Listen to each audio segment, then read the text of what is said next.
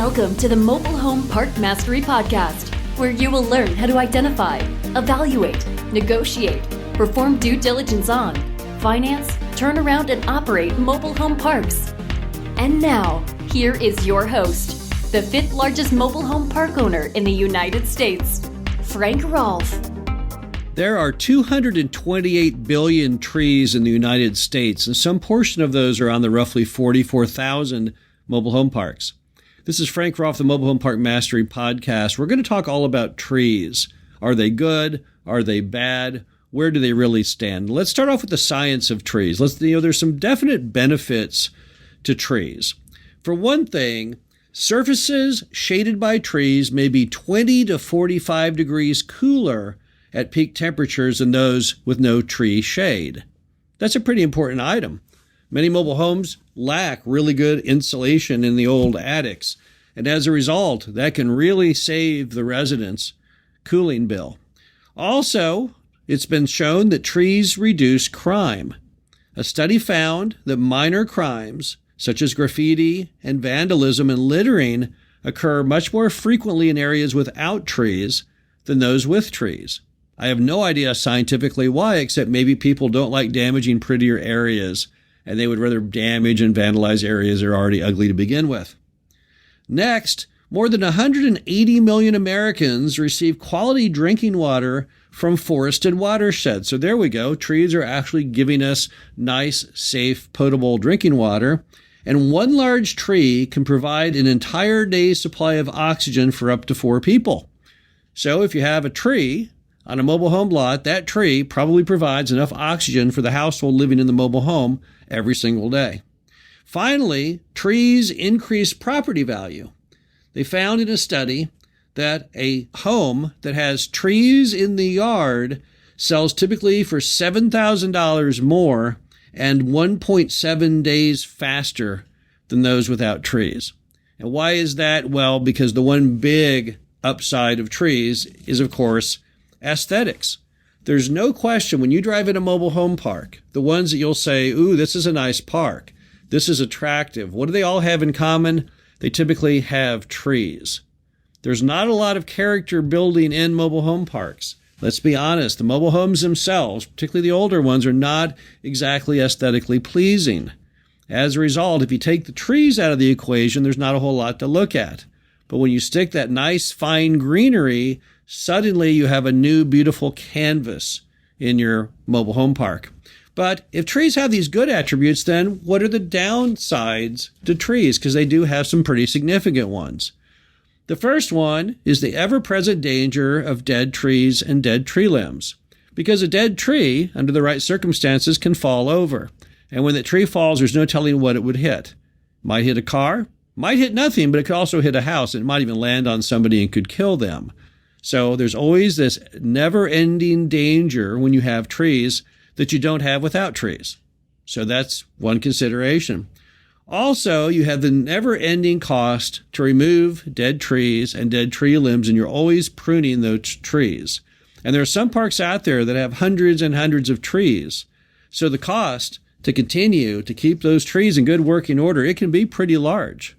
We ourselves have bought large properties where the cost to initially cull out dead trees and dead tree limbs has exceeded $100,000 of capital. So it is a significant cost to the park operator. Next item, of course, trees, at least non-evergreen trees, drop their leaves annually, and that can cause a lot of litter on the ground.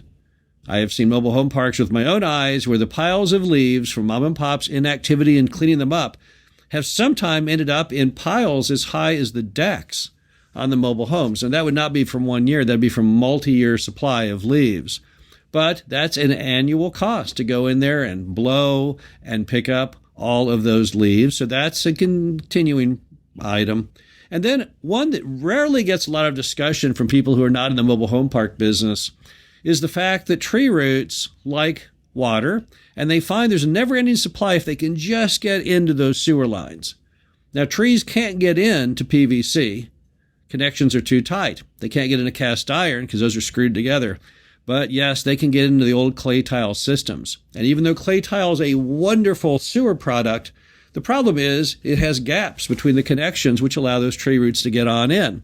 Once those trees get in, what do? Well, they don't typically cause the pipe to collapse. Sometimes over the years with pressure, they can contribute to that. But the one big item they do is they get all kinds of clogs of roots in the lines, which make your sewer no longer flow properly. And that can be a real problem. Now, how do you fix it? Well, the Roto-Rooter people can come out, and they've even got a cutting blade. They can go ahead and put on the end of the Roto-Rooter machine and cut all those roots out.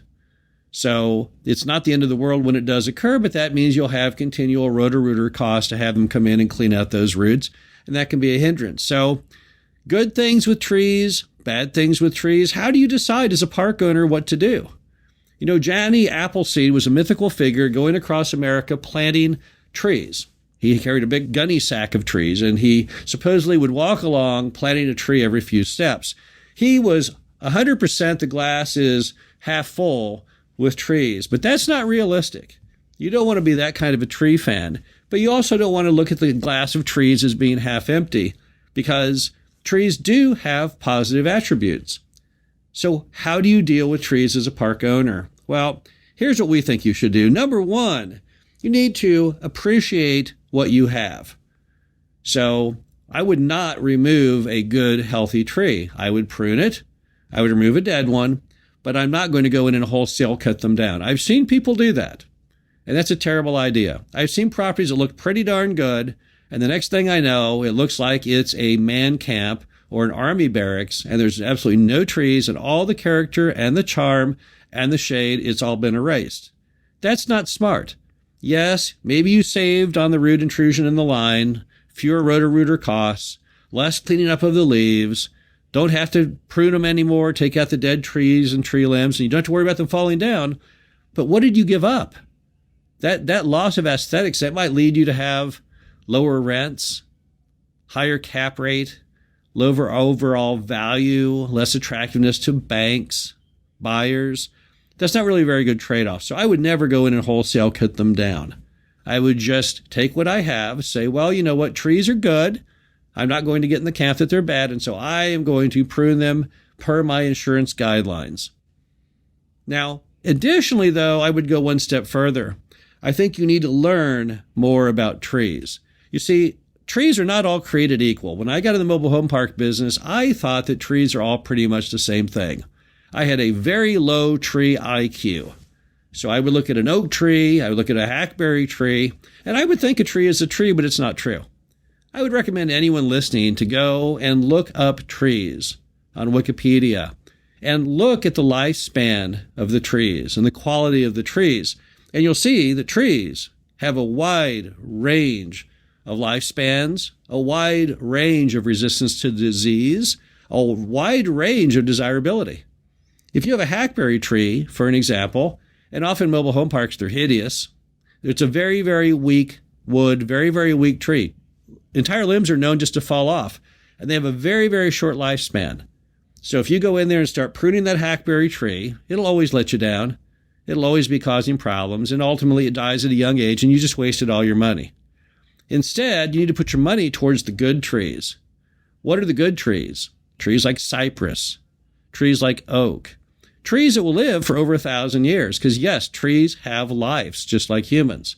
And when you look at the different trees and the different life expectancies, you'll be shocked to see that many of the trees only have a lifespan of around 100 years. Many of your evergreens that are so attractive, like blue spruces, they don't live forever.